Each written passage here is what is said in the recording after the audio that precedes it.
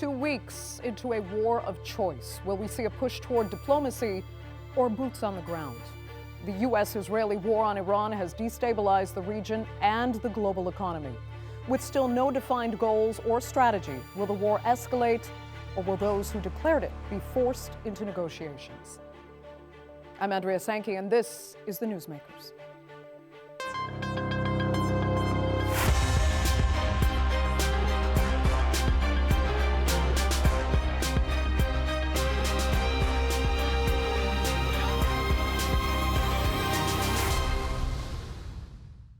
A complete lack of clarity and contradiction has defined the U.S.-Israeli war on Iran. President Trump has insisted the operation is ahead of schedule, even calling it a war we've already won. Others stress the possibility of this attack becoming a dreaded forever war with far-reaching consequences. Governments around the world have already been left scrambling to manage massive oil price hikes as Iran's effective blockade of the Strait of Hormuz brings that critical shipping route to a standstill. But President Trump insists the U.S. and Israel are on course to destroy Iran. We don't want to leave early, do we? We got to finish the job, right? Over the past 11 days, our military has virtually destroyed Iran. Tough country. Their Air Force is gone, totally gone. That took the better part of about 3 hours. They no longer have radar. They don't have anti-aircraft equipment. They don't have anything. Their missiles are down 90%. Their drones are down 85%. We're blowing up the factories where they're made left and right. Now, while many have criticized the U.S. and Israel for engaging in a war of choice, Iran is accusing the EU of complicity in that very war. And on Wednesday, the UN Security Council also angered Iran by passing a resolution that called for a halt to its attacks on Gulf states. Now, Iran's UN representative responded, saying the resolution leaves a lasting stain on the Council's record. Today's action represents a blatant misuse of the Security Council mandate in pursuit of the political agendas of the certain members. The very state responsible for the brutal war of aggression against my country. Now, further to that statement, Iranian President Masoud Pezeshkian expressed what he believes to be a potential negotiated solution to this conflict. He wrote on X that the only way to end the war is recognizing Iran's legitimate rights, payment of reparations, and international guarantees against future aggression. So let's get an Iranian perspective now on what's happening. And Seyed Hossein Mousavian joins me from Princeton, New Jersey. He's a former Iranian ambassador to Germany and the former chief of the Iranian Security Council's Foreign Relations Committee. Thank you so much for being with us. First, I'd actually like to get your take on where President Trump thinks things stand. According to him, Iran has been virtually destroyed, and the U.S. and Israel just need to, quote, finish the job. Is that true? Thank you for having me. Actually, each party is claiming they have been able to defeat the other side. American side is saying they have destroyed, they have defeated Iran. Iranians, they say they have defeated the U.S., Israel. But the reality is that no one has been able to defeat the other side. Otherwise, the war could have been finished, or would have been finished if everything was destroyed in Iran. There was no reason to continue for 2 weeks. The reality is that both parties, they are resisting, they are fighting, and still they have capability to fight. For how much longer? Nobody knows, but the sooner they stop, that would be better, because now this is not only a war between Iran and the US or Iran and Israel. This is now a regional war. It has huge consequences on the region, on energy, on financial market, on international peace and security. And unfortunately, everybody accepts the war was chosen by the US and Israel to attack Iran. Otherwise, they were negotiating and they had a good chance to reach a deal. Right. So at this point, then, in your opinion, what could actually end this conflict? Is it a matter of diplomacy, or is it now a question of actually getting boots on the ground because the US and Israel won't settle for anything less than what they feel is the defeat of Iran? I really cannot imagine the US will ever go for putting boots on the ground because they experienced what they did in Iraq and Afghanistan after 17 years. They left Afghanistan, they were defeated, Taliban could defeat them, trillions of dollars for nothing. I mean, other than instability in the region. I really don't believe the US would go to put boots on the ground, especially about Iran. But there is a solution, there is no doubt. It depends more to the US side, what type of solution or what type of relation the US wants. The US president has spoken about regime change. A representative official from White House 3-4 days ago that he said, our aim is to control Iranian oil reserves. A senator, a very high-level Republican senator, Graham, publicly said, after we change the regime, we would have pool of monies, tons of monies. What type of relation do they want? Do they want to bring a puppet in Iran? Do they want to bring regime change? Do they want to control Iranian oil like what they did in Venezuela? This means they need to continue a war, perhaps endless war. But if they want a relation based on based on UN Charter, three most important principles for Iranian would be a relation based on mutual respect, non-interference, respecting the sovereignty and integrity of each other's side. I mean, Right. they And I would mean, be ready to respect the US and Iranians. is that part They and would be parcel then ready to to accept the other. is that part and parcel to Iran's demands to recognize what they had outlined, Iran's legitimate rights, the payment of reparations, and these guarantees against any further aggression? Does Iran see that as kind of a shared level of respect going forward that needs to be developed in order to end this conflict?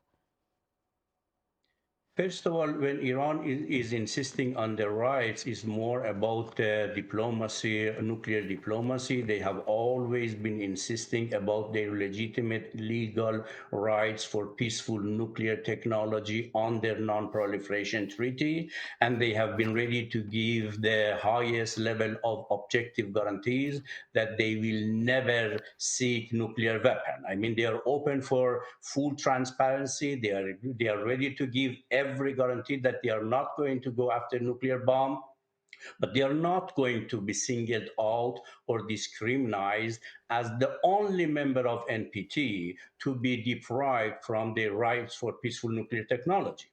Okay. Nevertheless, if you are talking about two previous leaders of Iran, both of them, Ayatollah Khomeini and Ayatollah Khamenei, both of them publicly, they have said whenever the US is ready for a healthy relation, they would go for it. When they say healthy relation means mutual respect, non-interference, respecting the sovereignty and integrity of the country.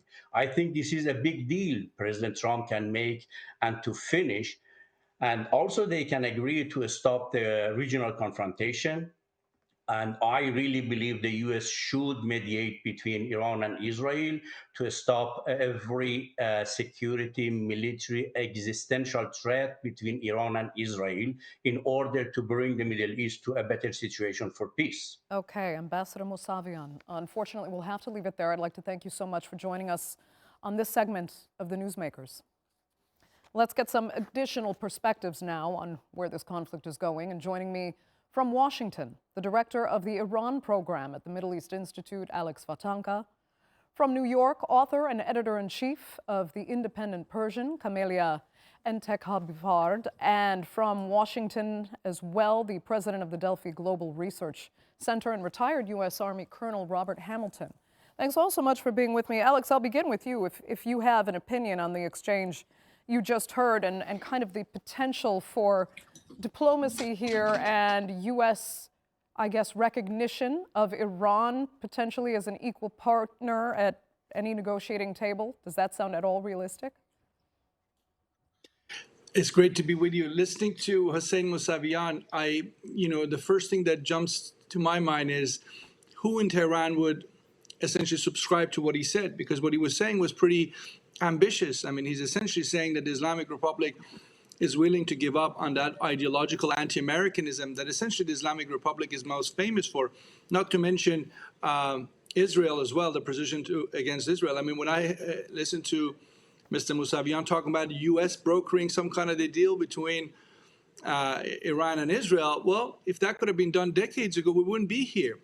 He was talking about Iran's nuclear rights. That's fine, but in the context of the politics, the acrimonious relations, so much of this would have been in a different place had there been a willingness on the part of the late Supreme Leader Ali Khamenei to, in a serious manner, pursue the idea of détente with the United States. It's not so much the nuclear program and the missiles themselves that have been threatening to the United States. It's the rhetoric that has come from Tehran. And I'm not sure if those people who are running the country of Iran today, if they're willing to accept what Mousavian just said, the need to change course. If they are, we could go down in a different direction, but I just don't know if that's where Iranian leaders are at today or if they're hell-bent on revenge for now, because that seems to be what many of them want. The intransigence seems to be coming from both sides, really. So, Alex, quickly, I mean, just how weak or strong are Iran and the IRGC right now? Because we've seen in the past that obviously superior military power, in spite of what the Trump administration and Israel seem to think, does not dictate who wins wars. So, Andrea, I think obviously the Revolutionary Guards are today stronger than ever before since they were created in March 1979. They essentially basically put Mojtaba Khamenei as supreme leader. That's the doing of the Revolutionary Guards. So they're politically very powerful. How they will fare militarily, so much depends on what Trump decides to do, how long America stays in this fight. Because if they stay in this fight for weeks and months to come, who knows what is left of the Revolutionary Guards. If Trump decides tomorrow that he's victorious, then Revolutionary Guards are essentially the new masters of the Islamic Republic, at least in the foreseeable future. Camelia, I'm going to come to you and I'll tell you what. Talk to us about what you know about the people in Iran right now, because on the ground, just today we heard that Israel has hit treasured UNESCO-listed cultural sites in Isfahan. Those are supposed to be, of course, protected under international law. And we know many Iranians in Iran don't necessarily support the regime, but it's difficult to get them to rally around someone who's not only killing fellow civilians, but also breaking international law and attacking everyone's collective heritage sites. Thank you very much for hosting me, and greetings to the other participants. First, let me say I wish Mr. Mousavian was participating at this conversation, which we could challenge his argue. So unfortunately, he just delivered his statement and left the program. The situation in Iran is a bit complicated now. We have one side, part of the society, which they are absolutely demonstrating against the system. 50, 60 days ago, they were at the street protesting for the regime change, and according to the human rights sources, over than thousands of Iranians has been killed. So these people are still at home waiting for opportunity to can demonstrate again against the regime, but at the same time we have another part of society which is supporting them, and there are lots of disapproval with what is going on with the system too. But talking about the attacks and talking about the difficulties Iranian facing these days economically, and as you said, the historical heritages has been attacked. It's made if this war continued, maybe it make the sense of some unity between the both camps in Iran. I'm saying that because the rumors, it may the foreign troops, the separatists attack Iran, and maybe the Iranian island would attack by Americans or by the Israelis. This is not such a thing Iranian can tolerate, regardless if they have this disagreement with the system or an agreement, especially for the UNESCO heritage site, which you just mentioned has been attacked. All of us hearts were broken, regardless if we are supporting the system or not. It give us all of Iranian oppositions outside Iran and inside have sense of the unity and I ask myself a different program of Israeli and Americans to please respect that beautiful heritage sites of the Iranian. Okay.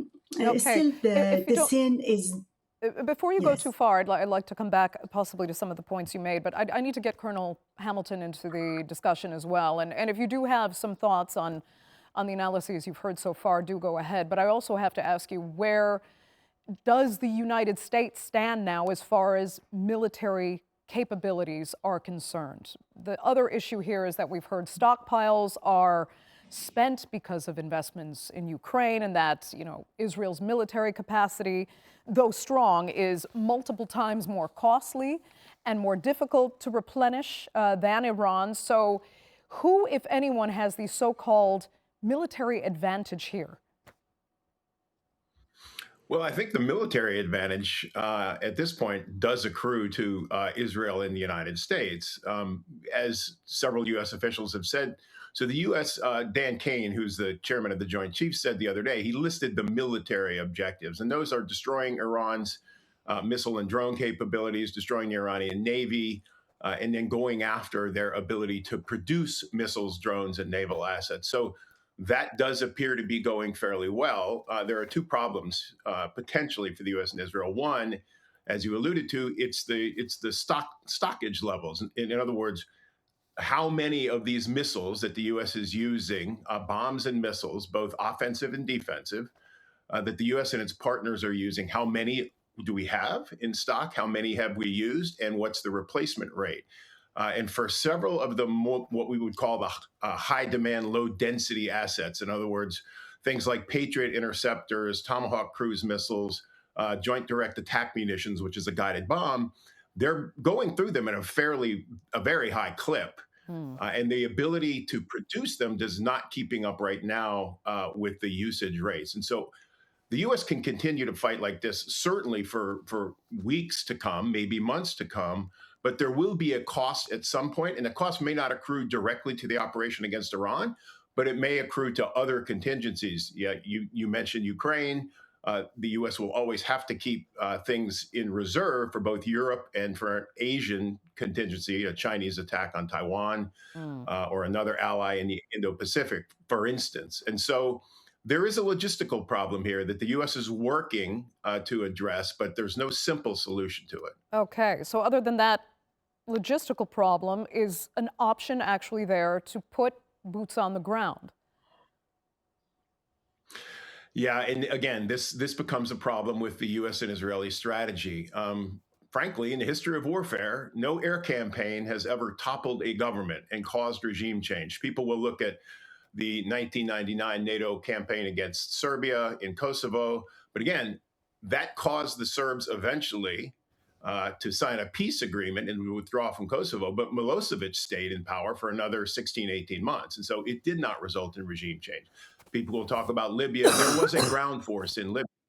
And so the problem for the U.S. and Israel now is, at least the President Trump has laid out regime change initially as the main U.S. goal.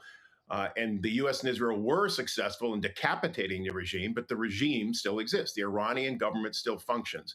And so now the U.S. has to decide whether it's willing to accept less than full regime change as a goal, or whether it needs to escalate in another way. And I don't see the potential for a large U.S. ground force. I just don't see. There's no appetite, either in the White House, the Pentagon, or among the American people for that, which is why you were hearing things about the Kurds as a proxy. I also think that's a bad idea for lots of reasons. But also, it's important to mention that small groups of special forces. That a leader of that very proxy, Colonel Hamilton, that you're referring to, came out and said, "We are not guns for hire. This war is not to do with us," and warning the United States not to count on some kind of, ethnic uprising backed by the United States. Is the U.S. aware of that, or do they seem to feel that those ethnic forces kind of owe them something? Well, if you're speaking of the Kurds, I think the Kurds would argue that they have performed on behalf of the U.S. in Syria and other places and performed well, and not always been supported by the U.S. when the chips were down. So again, I'm not sure that this idea of the Kurds being a ground force was ever a real idea inside the U.S. government. It was leaked. It may have been discussed, but I think people in the U.S. government probably turned it off before it ever progressed too far down the planning process. Okay. Alex, then let me come back to you. It's so interesting to hear so many analysts say that President Trump really thought this should be a rather simple operation. And it leads to many just saying that he prefers to ignore history, ignore any complexity of this very region that he doesn't understand. Because, you know, even throughout the 1980s, we have to remember the United States fully backed Saddam Hussein in the Iran-Iraq war, and nothing happened to the Iranian regime in the wake of 8 years of fighting against, yes, not just, you know, Saddam's war machine, but backed by U.S. weaponry in full force. So is President Trump just assuming this is supposed to be an easy operation, and is he getting it wrong, or are we overestimating the complexities here? Look, you might well be right on the latter point. I mean, less than 2 weeks into this war, and who knows where Iran will be. I mean, there are calls for hitting Iranian infrastructure, something I've been voicing my opposition to. I really think it would be a tragedy for the United States for generations to come to turn this war that began as war against the Islamic Republic to a war against the country of Iran. I think that would be a major setback for the United States in the Middle East for, as I said, generation to come. I hope that's something the U.S. will not do. I get early signs that's something they're very sensitive to. We saw over the last few days when the Israelis did hit energy infrastructure in Tehran and elsewhere, including hawks like Senator Graham came out and said, don't do that. We need an Iran left that we can deal with. But I mean, that takes us to the fundamental issue of what President Trump really thinks he can achieve here. I think he began this war under the impression, and I think Bibi Netanyahu of Israel really convinced him on that this is this very weak Iranian system. A system that kills tens of thousands of its own people cannot be strong, that people of Iran will rise up and they will take the country, and Donald Trump will be the savior of the people of Iran and, you know, the man who starts a new era across the Middle East. That was how this war was sold to Donald Trump. I don't think he spent many days and nights thinking about, you know, the ethnic Kurds of Reza Pahlavi and so on. I don't think that's the case.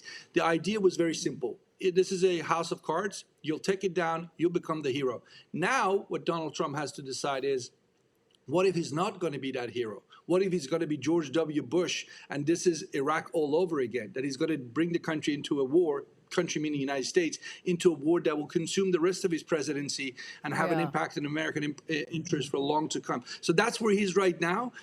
He's still telling us he's going to win this, but he doesn't know, because he doesn't really know exactly how much the Iranians are going to be willing to stay in this fight. And by the way, the Iranians right now are doing exactly what they telegraphed they would do, which is to take the global economy hostage.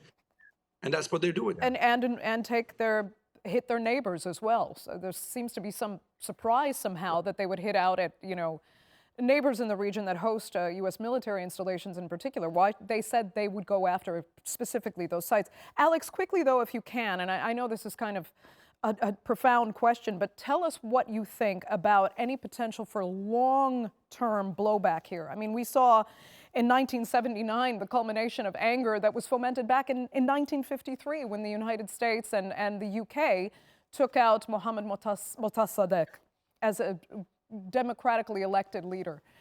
Are we looking at another repetition of this decades-long cycle of getting it wrong in Iran? And what could be the next blowback that we could see? So, Andrea, very quickly, you're right. It's a very profound question. I would say clearly the United States is not in this war to turn Iran away from the United States. The opposite is true. Americans recognize the population of Iran, at least until this war broke out, were largely pro-American. So that was something the U.S. wanted to tap into. It's true for Trump. It's true for his predecessors. But in terms of going forward, I think there's a more fundamental question that a lot of countries in the region will ask, particularly the Gulf states. The United States went to war and put their lives at risk without consulting them first. And that's a fundamental problem they have, particularly Gulf states. They're saying, we banked on you protecting us for decades. We spent billions in you being here. We gave you bases, and you didn't have the courtesy to ask us before you went to this war, and you put everything we have been working on at risk. That's going to be a fundamental question they're going to ask themselves. They are asking themselves, but which way they go, I don't know. Maybe they double down on being closer even to the United States, or decide, you know what, maybe it's time to have some distance with the United States and try and look for a regional process where Iran is a party to it, the Gulf states are a party to it, and the United States is no longer the decisive factor. Okay. Camelia, very quickly, your thoughts on that? There are lots of points here discussed, and I would like to just deliver my opinion about all of them. First, about Mossadegh, which you just discussed and said the democratically elected government has been toppled by Americans, which in opposite way, I have to tell you, Mossadegh appointed by the king.